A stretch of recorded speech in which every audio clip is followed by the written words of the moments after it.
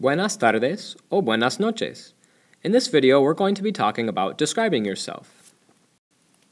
In English, we describe ourselves and other things often. For example, I am tall, you are short, the dog is brown, we are funny, and they are not very smart. Today, we're going to focus just on talking about ourselves and other people.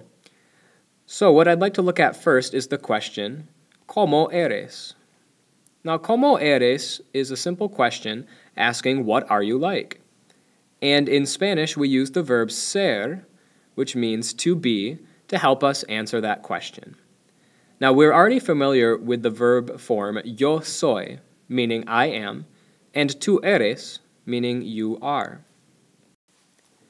The verb ser in Spanish is a very versatile verb and can be used to describe multiple things. For example, the verb ser can be used to describe time. Por ejemplo, es la 1:30. It can also be used to describe origin, or where you're from. Por ejemplo, yo soy de Michigan. The verb ser can also be used to describe professions or jobs. Por ejemplo, yo soy un doctor. And finally, ser is going to be used to describe personal characteristics, which is going to be our main focus in this chapter. Por ejemplo, yo soy muy fuerte y muy feo, which in this case would mean I am very strong and very ugly. Now, let's focus on our question, ¿Cómo eres tú? The tú in this case is in parentheses because it's not necessary. It's actually already included in the verb eres, so you don't have to use it.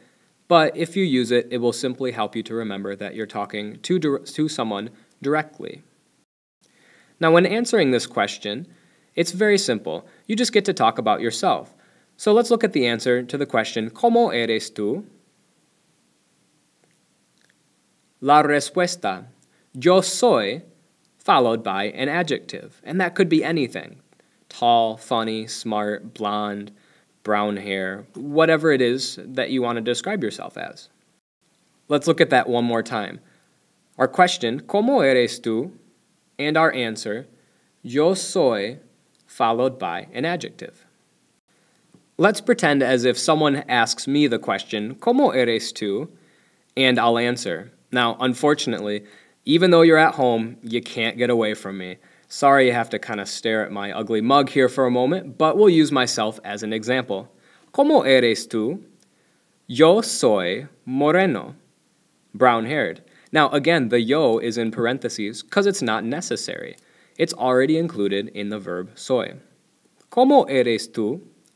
Yo soy inteligente. ¿Cómo eres tú? Yo no soy difícil. I am not difficult. Now, if I want to describe myself as not something, I simply put the no in front of the verb, and that goes with all other forms as well. You are not difficult. Tú no eres difícil. It all works the same. You'll notice here that with the adjectives, they either end with O, E, or a consonant. The adjectives that end with an O, depending on whether the person is male or female, will change. Since I'm a male, it will stay O. If the person being described were a female, it would be an A. However, the adjectives ending with E are considered gender neutral, and so we keep them the same. We don't change them at all. Also, those ending with consonants are most of the time considered gender neutral as well, and we don't change those either. So we would not add an O to difícil to make it dificilo. That doesn't exist. Nor would we add an A to make it difícila. Again, that doesn't exist either. Leave it as a consonant, or leave it as an E if the adjective ends with E. Let's look at a few ejemplos from teachers that are in Swartz Creek High School and middle school. Esta es mi amiga, se llama Señora Anthony. Señora Anthony, ¿cómo eres tú? She would respond by saying, Yo soy rubia, soy cómica. Yo no soy difícil, no soy antipática. Esta es mi amiga, Señora Rock. Ella es profesora de francés. Señora Rock, ¿cómo eres tú? Yo soy pequeña. Yo no soy estricta. Ella se llama Señora Carey. Señora Carey, ¿cómo eres tú? Yo soy buena. Soy interesante. You'll notice here that all three of the people for the examples are women. Therefore, all of the adjectives that end with O for a male now have to end with an A. We have to make sure that it agrees with the fact that these are females. However, if the adjective ends with an E, it is said to be gender neutral. And regardless of whether the person or thing is a male or female, we don't have to change the ending. We simply leave it as E. It's neutral. Ahora te toca a ti.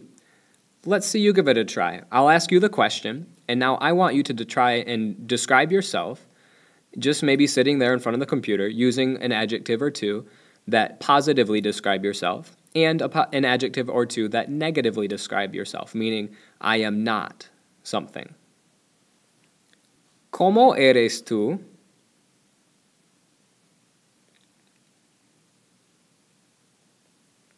You should have started your sentence with yo soy, followed by an adjective. Now try again with using a negative adjective, something that does not describe you. For example, I am not very short.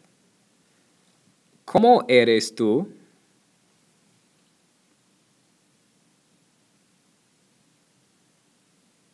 You should have said something like, yo no soy, followed by whatever adjective does not describe you.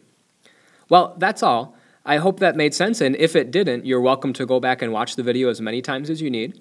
Remember to keep studying the flashcards for Chapter 3 that are on Quizlet, and finish up the assignment whenever you get the chance. Thank you, and feel free to ask questions if you have them. Adios!